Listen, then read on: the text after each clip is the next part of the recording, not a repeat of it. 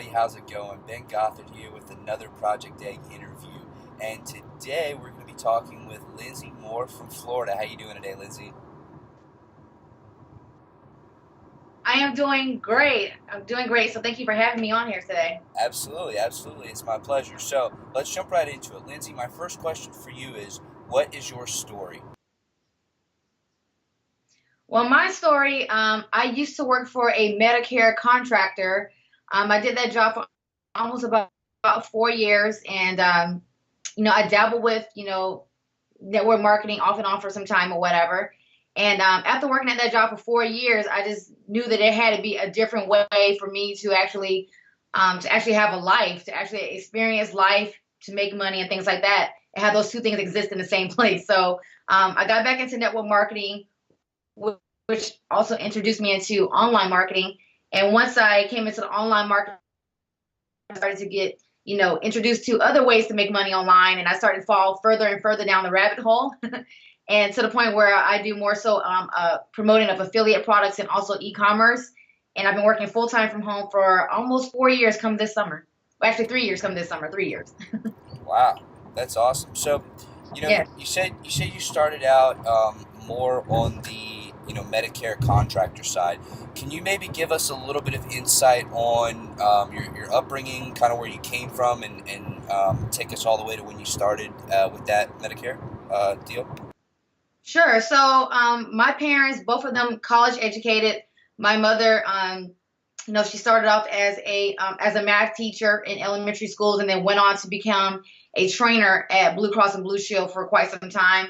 And my father, he has his PhD in law, was in private practice for quite some time, also became a college professor during the last few years before he fully retired. So everybody in my house, you had to go to school, had to go to college, and I just was never bitten by that bug. I never really liked going to school. So like both of my two other sisters, they love going to school. They both got the master's degrees and things like that. Me, on the other hand, I did well in school, but like I said, I just never wanted to go. I eventually went to college for 2 years before I just dropped out.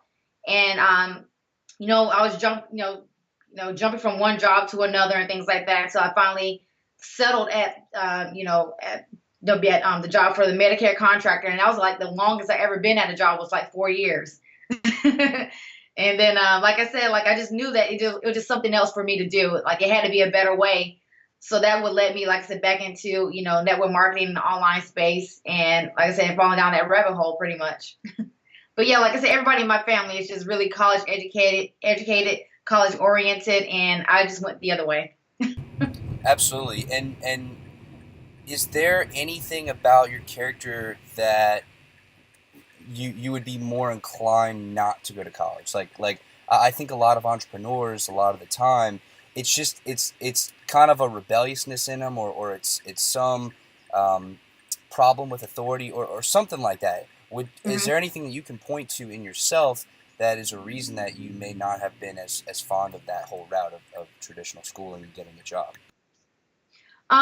Like I said, I don't know if it was more so like being rebellious or anything. It was more so that I just knew that there was a better way. Like I've seen, like with my father and things like that, when we used to go on, every weekend, or at least like every few weekends, we'll used to go to Orlando or go to Savannah, go to Miami and things like that for these quick trips.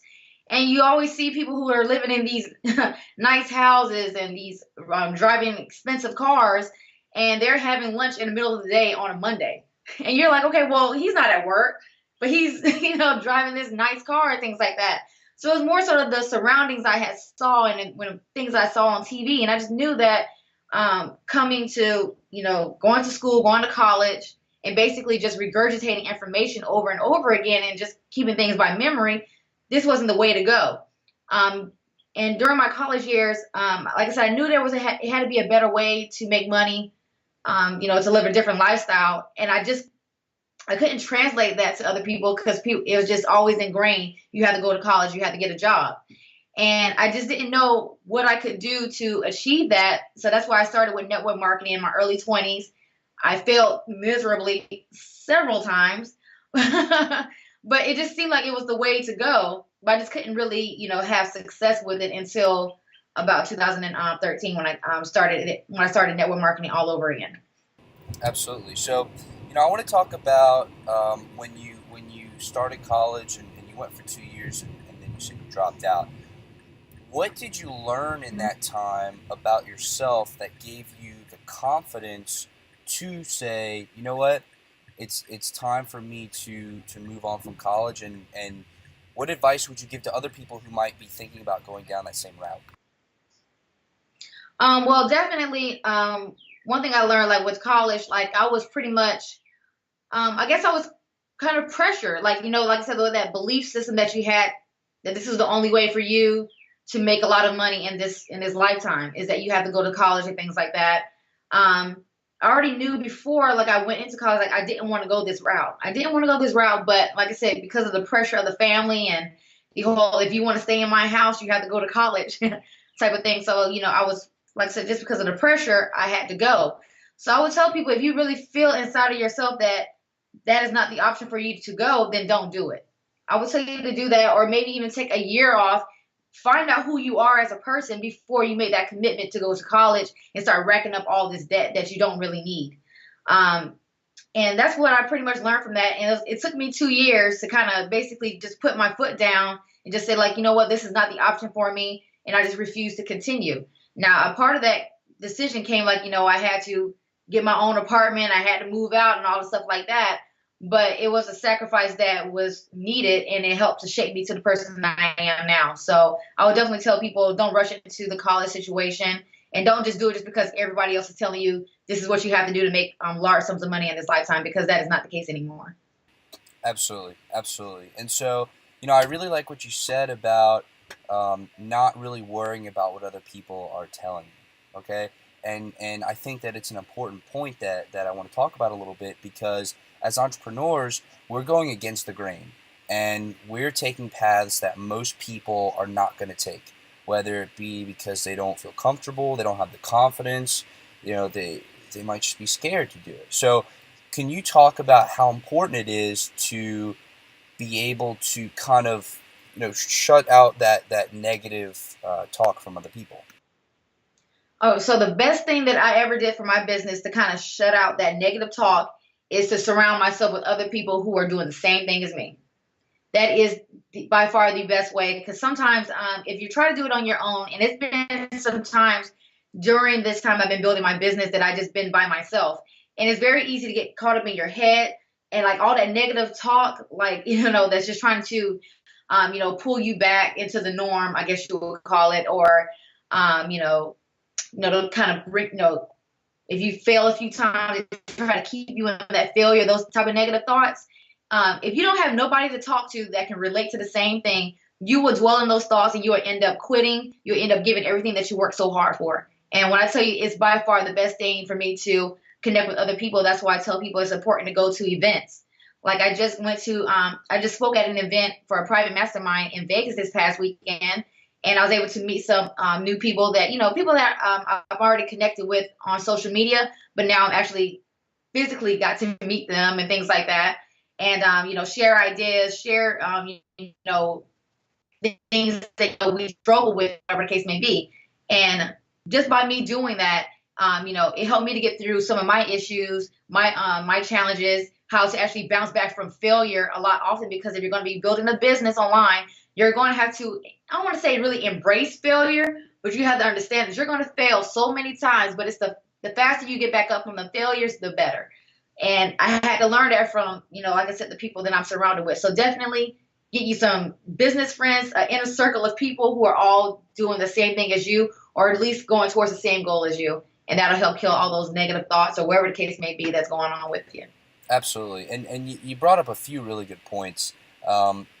But I want to touch on failure first, okay? And I like what you said. It's not about really embracing failure, but it's about when you get knocked down, getting back up every single time, and failing early on and failing a lot in order to figure out how to succeed. So can you really expand on that and talk about, one, how important failure is, and two, if you feel comfortable sharing maybe some failures that you've had and what you learned from them? Absolutely. So like, actually I see failures as really just learning situations. So what is it? Is it Thomas Edison who said he didn't find 10,000 ways that failed? He found 10,000 ways that didn't work, and that's how you have to approach things. So like I said, like early part of my network marketing career, when I was doing this, I would start a business and I would fail, of course. But then I wouldn't start up another business until another year or two. And that was that kind of habit. Like I'll start another business, I failed, and then I'll wait about another year, a year and a half before I started something else. And like so I went to a mastermind event, and from this event I learned about how to approach failure, not approach it, but how to overcome failure inside of your business. And when I tell you that I have failed so many times in my business, but it's become so much like almost second nature that I forget how fast I'm actually getting back up. So there's been plenty of times during this last few years that I've been a part of network marketing companies, which I no longer do anymore. But I've been a part of companies where I have success with that particular company, and then all of a sudden the company falls apart. They can't pay affiliates, and it's real easy to fall into pits and don't do anything. But that's just not the plan for me. So I just immediately, okay, well, this didn't work. All right, so what can I promote now? What can I start getting fixed now so I can start generating some income? And I get back up so quickly now. Like I said, I can't even tell you how many times I failed, but I can tell you how many times I got back up. And every time I got back up, it pushed me somewhere, to a different path, to the point where I am now, like I said, with e-commerce and also with affiliate marketing, and also helping other people to make their first money ever online. And for me to get to that point, I had to go through a lot of failures for me to become a better leader for these people that I help and I coach every single day inside of my business. Absolutely. And again, you brought up some more points, but I want to talk about something you said earlier. You were talking about how important it is to network and to surround yourself with like-minded people, like-minded individuals. But for a lot of people, it's hard to identify who those people are, and it's even harder to actually surround yourself with those people. So what advice would you give to people who are entrepreneurs just starting up and they need to find a group, an entrepreneurial group or a mastermind or even a mentor? How would they go about doing that? Find the leaders in your industry. Find the leaders, because most of the time the leaders, like the big ones, they always have events. So like some of the people that I like to follow online is like Grant Cardone. He's having an event in Miami like in a few weeks. Somebody else that's really popular in the internet space is Ryan Dice. He has an event, I want to say maybe once or twice per year. If you're, like Tony Robbins has several events throughout the year. So those type of events, you find those type of leaders and you find out where their events are, and you go to those events, and then you're going to meet other people. That's the one way you can meet, meet other people that's inside of your niche, or people who are, going the same path as you.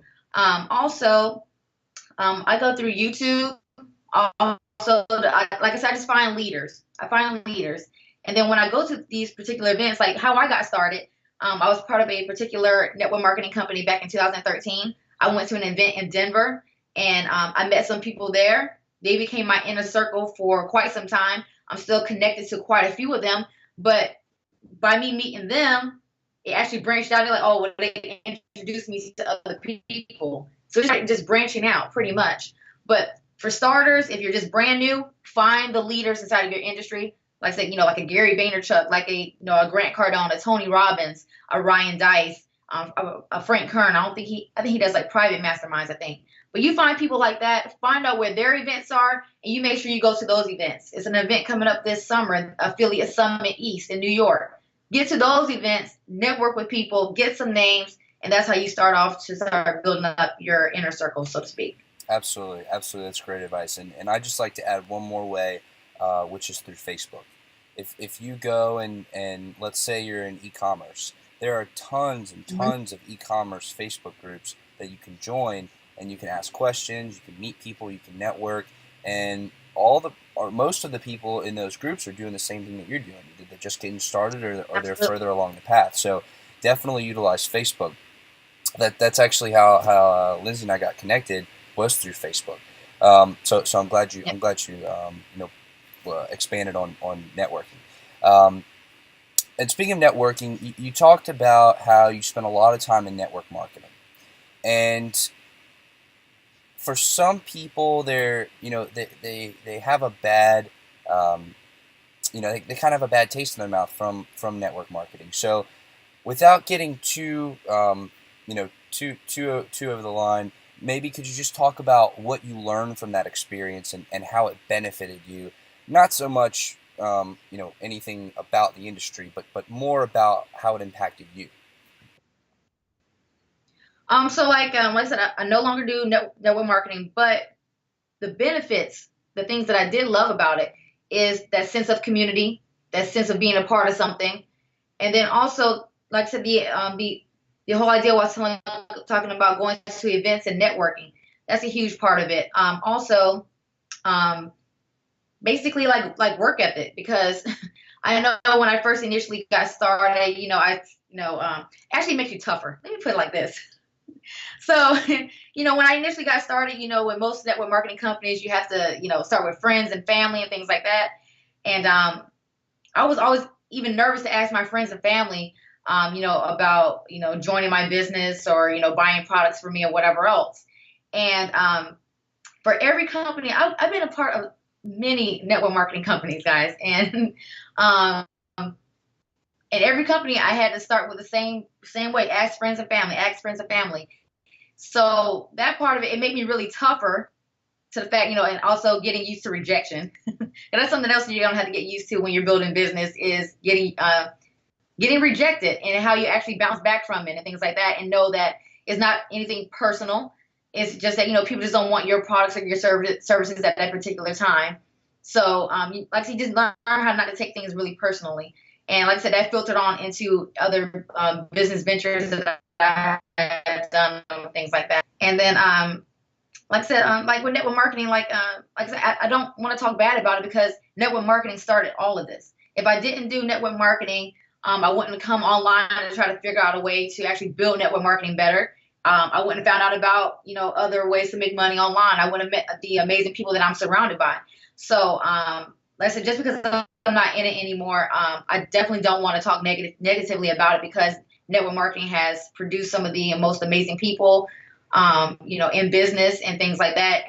And then, like I said, it's been a pathway for me and my business as well. So, if you're watching this and you're thinking about doing network marketing, give it a try. It wouldn't hurt at all. Absolutely. And again, I don't want anybody to think that I'm knocking network marketing, or that we're talking bad about it. Um, but I do like to keep these interviews very personal, and not really talk about anything besides you, the guest. So that being said, Right. you said earlier in the interview that you wanted to be able to both make money, earn a living, and also experience life. And Right. and I really like that you said that, because there's that old saying, I don't want to live to work, I want to work to live. So how have Hmm. you achieved that in your life, and what advice would you give to other entrepreneurs who might be struggling with that concept of finding time to experience life? Well, for me, basically, how I was able to even achieve to the point where I am right now in my business, where I'm able to do both, is that I had to stay in the game. And I say this a lot when I do like live stream videos and things like that. That, I came into online marketing in 2013, and it was a horrible year. I wasn't making a lot of money or anything like that. It was definitely a learning experience. I call it, my transitioning year, pretty much. And at any point, I could have just quit and just gave up on the dream, gave up on, like I said, living life and making money at the same time. But the fact that I just kept going, kept showing up every single day, even if I failed, I cleaned up every single morning, showing up. And just by me doing that, it led me to success. By me being consistent in my actions with my videos, and my constant messaging on Facebook, me emailing my list, it expanded my audience to more and more people knowing more about me. Now they're starting to reach out about my services. Now they're wanting to join my teams or whatever the case may be. And when that happens, that means you're making more money. And because you're making more money, now you're able to go on more trips. So that's why I tell people to make sure you stay in the game and not just only just show up every single day, but make sure you actually doing the work every single day. You have to do the work in order to get those results, to get that income, so you can live that lifestyle. So um, most people kind of overcomplicate the process, and that's really the gist of it. Just showing up every single day and doing the work. And anything you want is at the palm of your hands, pretty much. All you have to do is just do the work and go through the process. It's always a process for everything. You're going to have to go through all the ups and downs, the emotional ups and downs, the family drama, the friend drama, all this stuff. It's just part of the process. If you can understand that it's only a process and that you go through it, you will, see the light at the end of the tunnel. So, end of the tunnel, so to speak. So that's how you do it. Absolutely, absolutely. And you brought up a really good point of a lot of people overcomplicate things, and a lot of people probably spend time doing things that just isn't necessary for them to be successful.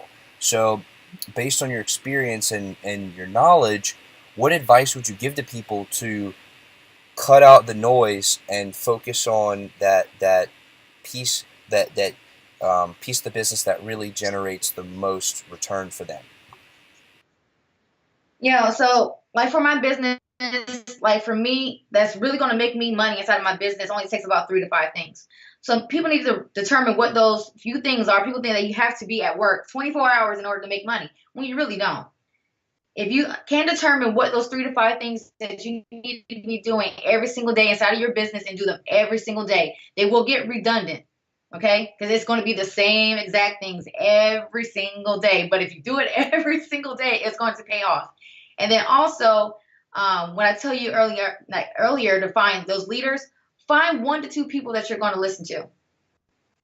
And because so many people will want to listen to, 15 different people. And when I tell you, eventually all that information you're going to get from all those 15 people is going to start to counteract with each other. Somebody's going to tell you to build your list this way. Somebody's going to tell you you shouldn't build your list this way. Email them every single day. Email them once a month. It's just all types of information. So find 1 to 2 people at most that you're going to listen to, that you're going to subscribe to, and follow their methods on how to earn money online.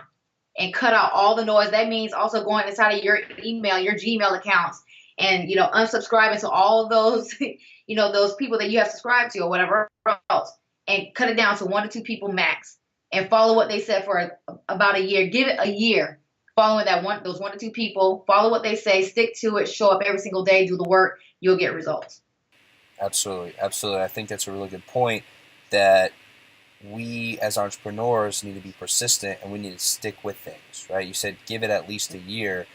Well, they say, and I say they say, that's not really a credible source at all. I read in a book one time that it takes, I believe, between 5,000 and 10,000 hours to master something, right? And so if you're putting in the work every single day, day after day, for a whole year, you're going to be a lot closer to that 10,000 hours, 5 or 10,000 hours, than if you spend one day doing this and another day, dabbling in that and dabbling in this. And, so I'm really glad you said that. I think that's really important. So you moved from network marketing into online marketing. Could you maybe talk about your experiences in online marketing, and I really want to focus on that first year. What were the things that you did that, looking back now, you wish you would not have done? You wish you wouldn't have wasted your time on. And it may not have been a waste of time, but I think you understand the question. Right. Yeah. So just what I mentioned earlier, I was listening to way too many people, getting caught up in internet drama or Facebook drama. I was getting caught up in, all that crazy noise, and then trying to do so many different things. So I came online to build a network marketing company, and then I saw something else. Like what do you call it? Shiny ball syndrome. Shiny object syndrome. Yeah, I suffered terribly from that in 2013 because everything looks good. Everything looks good.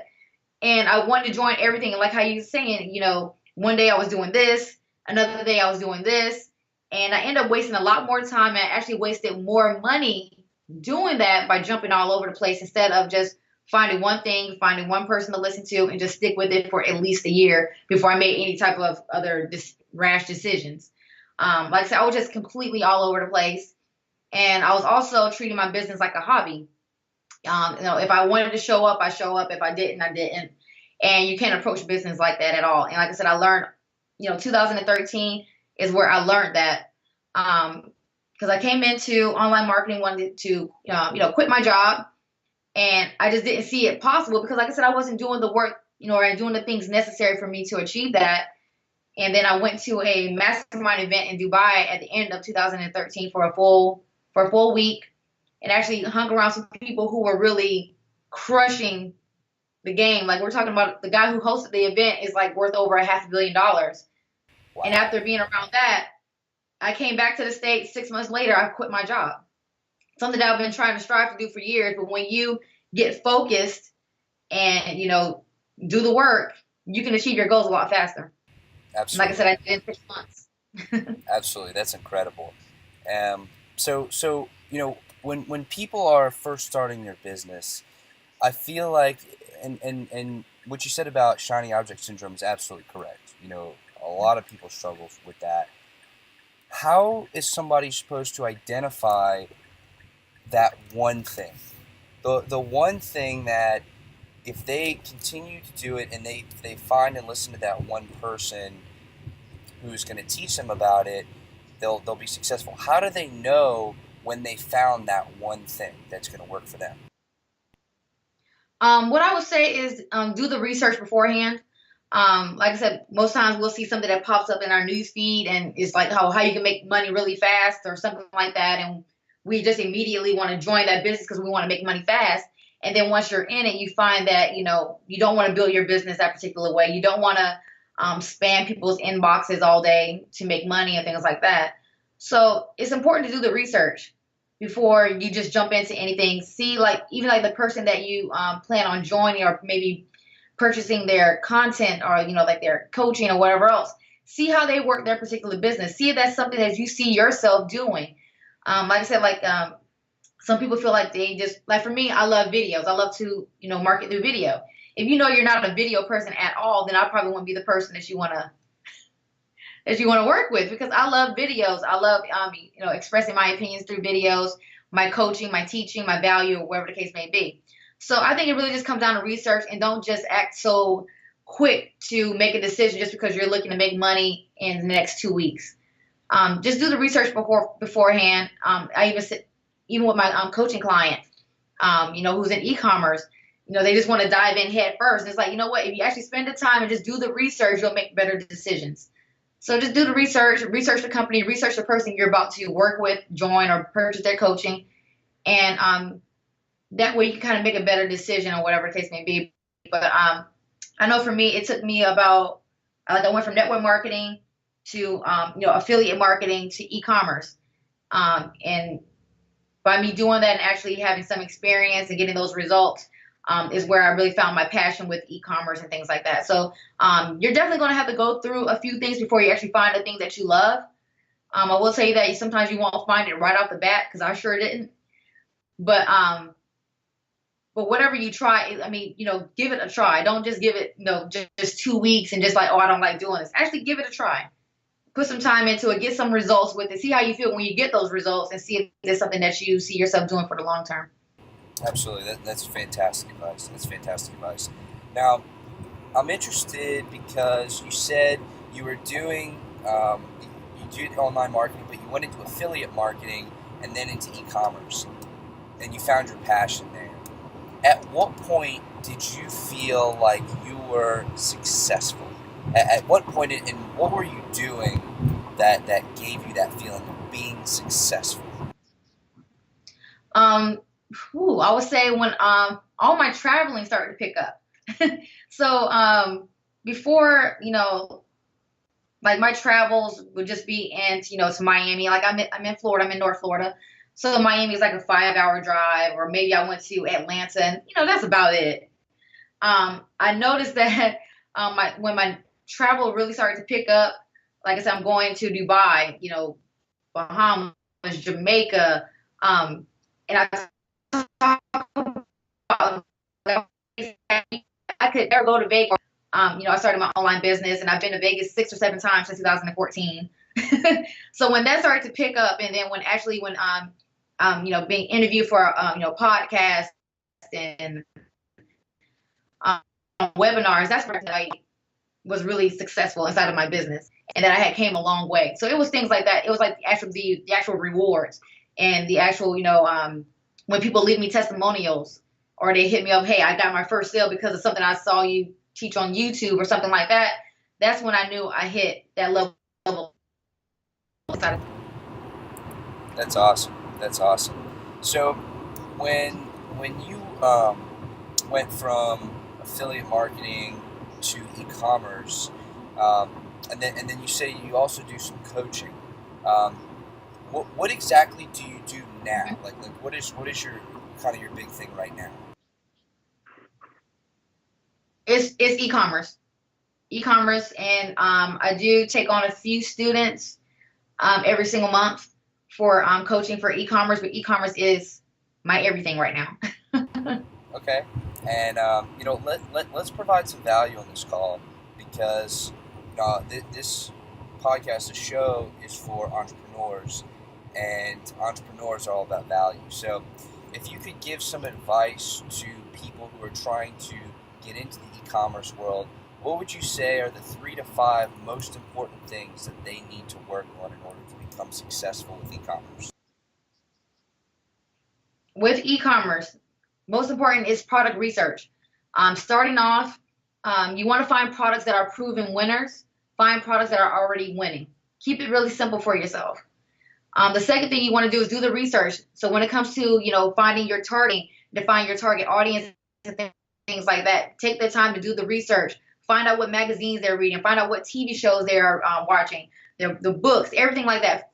Do spend a lot of time on the research prior to this, because when it comes to creating your Facebook ads or whatever type of advertising you plan on using, all that research is going to come handy. All right. And then the third thing, just keep it simple. Keep it simple. Don't overcomplicate the process, and just show up every single day and make sure you are launching often. And if it doesn't work, move on to the next product and do it all over again. That's it. Absolutely, absolutely. So, what platforms do you use for e-commerce? Do you use because there's a lot. There's Shopify, there's WooCommerce, there's Amazon. What platforms do you use, and what do you suggest to your students to use? I use Shopify. I even use Shopify for my main website where people can find out information about me and also my info products and things like that. And like you said, there's other platforms or whatever the case may be.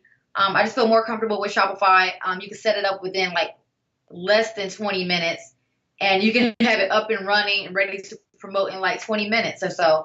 So that's definitely my recommendation for anyone is to start with Shopify. Keep it simple, and if you want something else later on, you can do that. But starting off, just start Shopify, 14-day trial, free 14-day trial.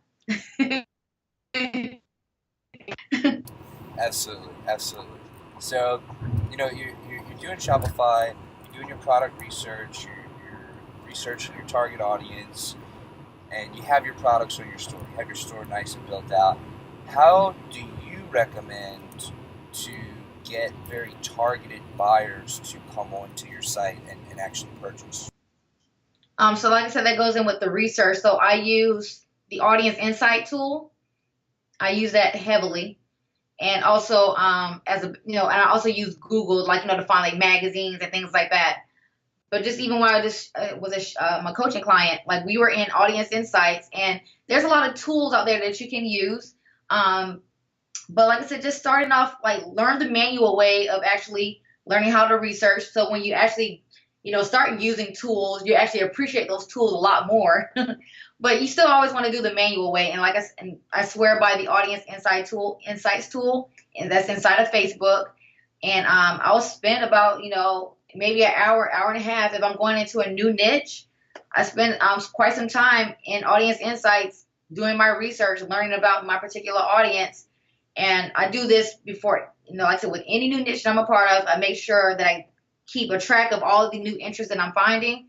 So when it comes time for me to create my Facebook ads, it only takes me minutes to create them because I've already done the research beforehand.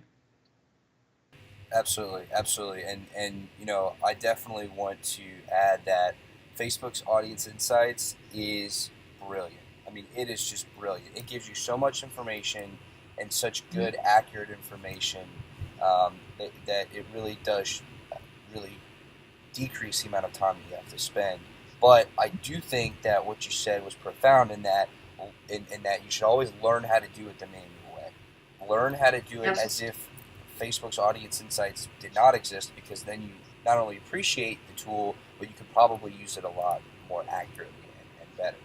So, we talked about doing niche research and products and getting people on your store using Facebook ads. I want to move more onto your history, but I still want to provide a little bit more value. How do you structure your Facebook ads? What copy do you use? What images do you use? How do you go about deciding those things? I keep everything simple. I don't like to overcomplicate things. So with my, with my images, they're usually just the image. I don't like to have busy backgrounds. It's going to be, if anything, just a solid white image. And then my ad copy is very simple. Like, the whole point of the ad is to get the click. So I'm not going to say like, oh, if you come here, limited time offer, say this, bonanza, bonanza, bonanza. I don't do any of that. Hey, this is available. Buy it here. Click this button and tag somebody who will love this. That's my ad copy. The whole point of the ad is to get the click. We're just trying to get them to the website. We're not trying to sell them on the particular ad. Well, at least that's what I do with my ads for e-commerce. I'm trying to get them to click and come over to the store and purchase. That's the whole purpose. So I keep it very, very simple. And the same thing, like I said, with my images, white background, the image itself, and that's it. That's perfect. So just keep it simple. Only attract the buyers by saying, this ad is meant to inform you about this product to buy. This is how you buy it. That's brilliant. Absolutely. That's awesome. So, yes. I want to thank you for providing that value. I always think it's important to give our listeners something that they can take back with them. So I do appreciate Absolutely. that. But I want to talk more about your life. So you're doing your e-commerce, you're doing your coaching, maybe a little bit of affiliate marketing here and there. Where do you see yourself going in the next few years? What does the future hold for Linsay? Like I said, I love e-commerce, but I definitely see myself working more so with corporations and also, maybe big box companies, stores, and things like that, because e-commerce is the wave of the future. It really is, and I'm completely sold by it. So I definitely see myself.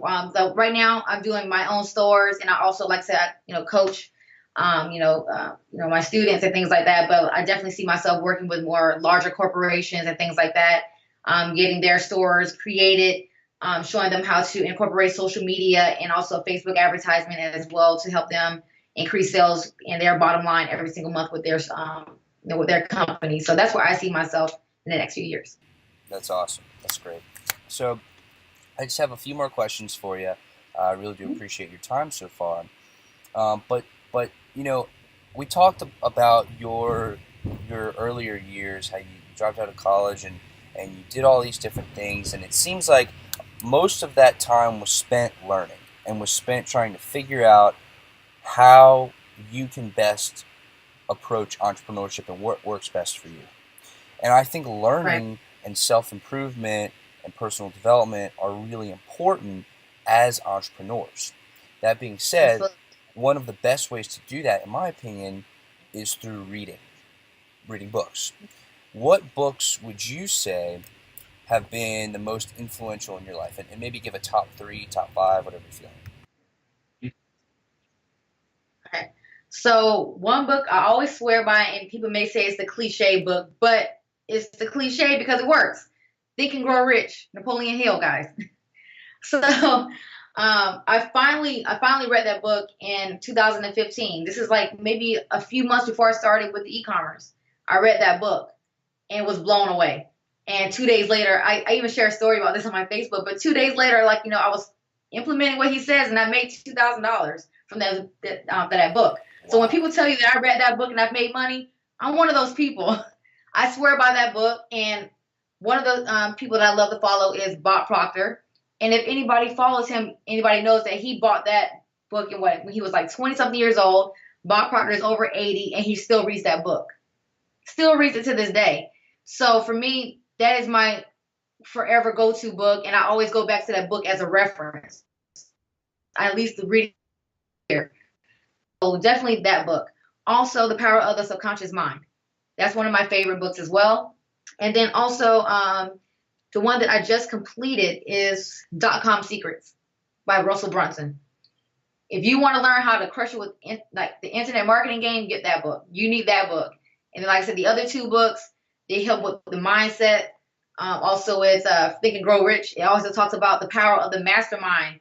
You know, finding other people who are like you with similar interests, and you start to work with them so you can achieve bigger goals. So most of the stuff that I share and things like that kind of relates back to Think and Grow Rich, because a lot of those principles are inside of that book. Um, and Think and Grow Rich, you can finish that book in the afternoon, read it, come back, then read it again. But make sure you Napoleon Hill gives instructions inside of this book. Follow those instructions. Do what he says, and you will make money from this book. I guarantee it. You have to do the work. That's awesome. Yeah, absolutely. Absolutely. You got to do the work. So, I just want to talk a little bit more about your future, because you seem to be going in a very successful path. You're coaching people, you're killing it in e-commerce, and it really seems like you're coming into your own as an entrepreneur. But what do you want to leave behind as your legacy?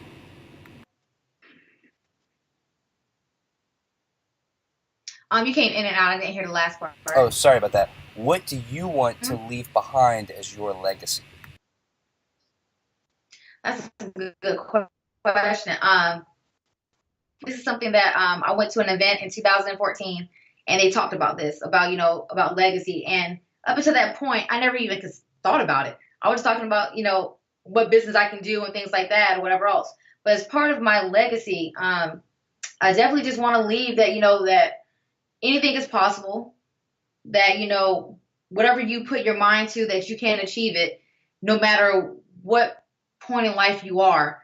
And that's what I want to leave. And I want to make sure, even like for my kids, like, the income, the wealth that I'm creating in this lifetime will have, will help them, give them that launching pad as well. When it's time for them to start up a business, become adults or whatever the case may be, and break that cycle that's been, part of my family or maybe other people's families where, we create, income or create some type of savings or something like that, but it's never enough to, really, help your kids for the next, their next part of life or whatever the case may be. So I definitely want to break that chain, because that's something that's happened in my family. And like I said, it's for most families. So I definitely want to break that chain, give them a launching pad to start with, and to always continue building that wealth over time for, my kids. So that's my legacy. That's what I want to do. Absolutely. So, Linsay, I want to thank you so much for jumping on the interview today. It's truly been a pleasure. If anybody wants to get in contact with you, how would they go about doing so? The best way to get in contact with me is through Facebook. You can just find me at Linsay Moore, Linsay. And also go to my website, and it's linsaymoore.com. You can find out more information about me, my coaching packages, and how you can work with me in other videos and value and trainings as well on that website. Absolutely. And I highly encourage everybody to reach out to Linsay. I'm actually going to put all those links in the description below. So go check those out. Get in touch with Linsay. She can absolutely help you a ton and provide a ton of value. So, Linsay, I just have one more question, but before the interview's over. Is there anything about yourself that you think is an important part of who you are that I did not ask you about today? In other words, what did I miss? Anything important about me? I was just saying, basically, I don't want to sound really cheesy about saying keeping things positive, but when I tell you it, by me actually being more positive, it actually has more of an impact on my business and things like that as well. I used to be one of those people that would dwell in, sorrow or feeling sorry for myself. Those bouts of like, that everyone has a depression or whatever else. And I used to dwell in those, but like I said, after, you know, increasing my knowledge, reading these books and things like that, that's no longer the issue. And I also treat it almost like, like failure. Like if I'm feeling blue, I find, ways to actually get myself out of those, those states of, feeling sorry for myself or whoever else. I quickly get out of those states because I know that the longer I stay in those states, I'm blocking my blessings. And the better I am in my positivity and, feeling upbeat, being happy and things like that, the better I can be to other people, the better leader I can be to others as well. So, like I said, I don't want to sound like it's cheesy, but it's the truth. Is being positive as much as possible. Absolutely. Absolutely. That's awesome. That's awesome. So, again, I want to thank you so much for coming on to the show today. It has been a true pleasure talking to you. And to everybody who's listening, I want to thank you. You're the reason that we do this. And this show would, it wouldn't be for anything if it wasn't for you. So I want to thank you so much for listening. And this has been another Project Egg interview. Today we've been talking with Linsay Moore from Florida. Thank you so much, Linsay.